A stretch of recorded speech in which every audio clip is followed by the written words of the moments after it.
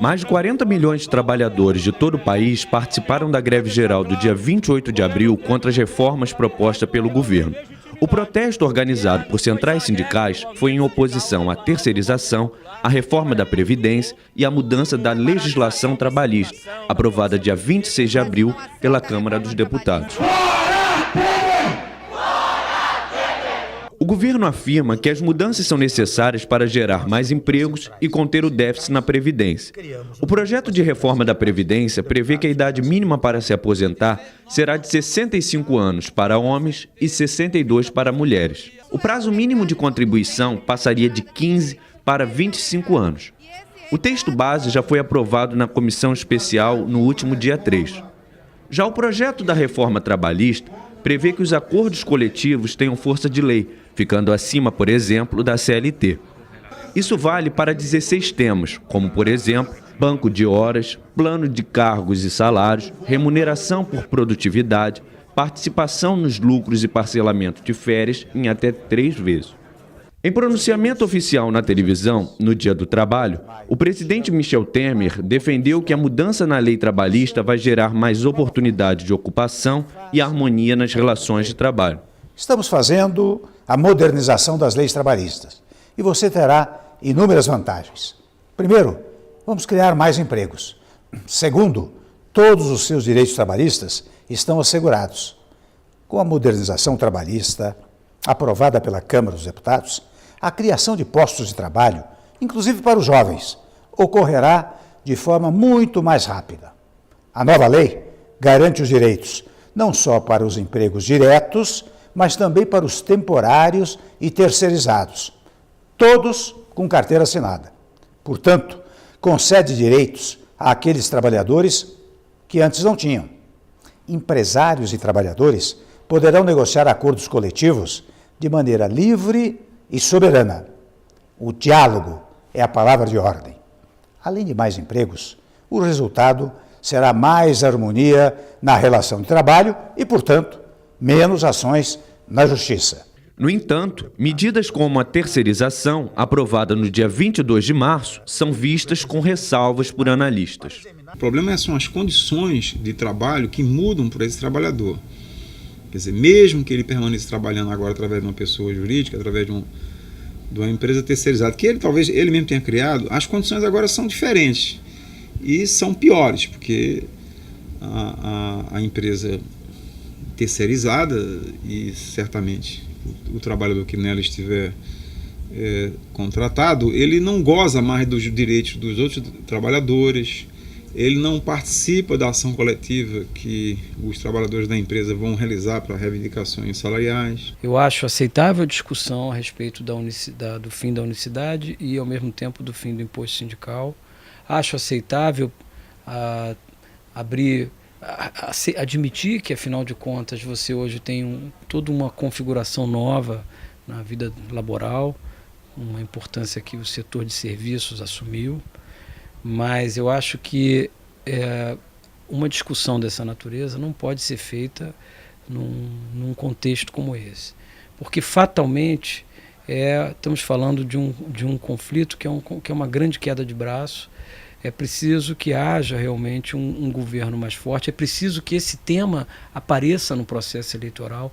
Nenhum dos políticos, deputados e tampouco o presidente Temer se elegeram falando em fazer esse tipo de reforma.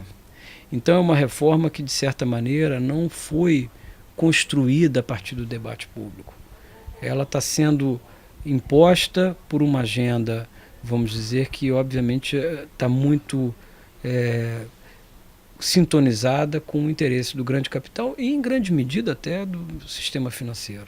A proposta de mudança na lei enfrenta a resistência dos movimentos organizados de trabalhadores. Nesse momento a gente vê no Brasil o maior ataque aos direitos dos trabalhadores da história do Brasil. Desde que tem CLT, desde que tem consolidação das leis de trabalho, os direitos nunca foram tão atacados. Os direitos foram conquistados, não foram dados, não caíram do céu.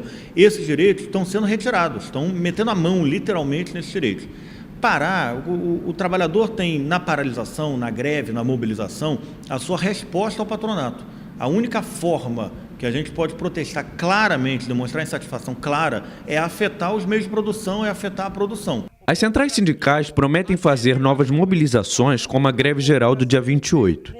Há 100 anos, mais de 50 mil trabalhadores da indústria e do comércio paulista organizaram a primeira greve geral no país. Os operários eram, em sua maioria, estrangeiros, influenciados pelo movimento anarquista. Na década de 80, os sindicatos ganharam força e a Central Única dos Trabalhadores, a CUT, capitaneou grandes mobilizações. Em 1989, os trabalhadores protestaram contra o desemprego e as perdas salariais provocadas por sucessivos planos econômicos. Estima-se que a greve tenha atingido 35 milhões de trabalhadores e mobilizado 70% da população economicamente ativa. Já em 96, a greve geral foi contra a política de privatizações e a flexibilização dos direitos trabalhistas. Segundo as centrais sindicais da época, o movimento atingiu 12 milhões de trabalhadores e 19% da população economicamente ativa. O movimento sindical brasileiro tem desempenhado importante papel nas relações de trabalho, mas especialistas acreditam que ele pode se enfraquecer, principalmente após a aprovação da lei de terceirização, que foi estendida para todos os setores da economia. Os sindicatos acham, e eu concordo com eles, que é evidente que um trabalhador deveria estar na empresa, até para você não ter essa diferenciação, né, trabalhador da empresa e trabalhador terceirizado. Até para você conseguir, vamos dizer, na hora da negociação coletiva, do acordo coletivo, estar negociando para todo mundo, e uma parte você não consegue negociar. Portanto, essa proposta, que agora foi aprovada no Congresso, já sancionada pelo presidente da República, de ampliar o leque de opções para terceirização, acho que preocupa os trabalhadores, que eventualmente agora podem ser atingidos, e os sindicatos, porque podem perder força, perdendo filiados, perdendo pessoas que estão sendo representadas por ele perde força. Não pode um governo que toma o poder como tomou, quer dizer, querer passar por cima, fazer as reformas a toca de caixa, se valendo de uma maioria conjuntural que ele tem no Congresso, né? Hoje o que existe em alguma medida é uma mini constituinte, né? Não declarada. E o conflito capital-trabalho, que está de algum modo estruturado no capítulo 7º, no artigo 7º, no artigo 8º, no artigo 9º, que sobreviveu a todas essas transformações, ele está agora mais do que nunca em risco. Se a gente destruir esses capítulos, esses artigos, de certa maneira, a Constituição de 88 perde muito da sua própria natureza, da sua razão de ser.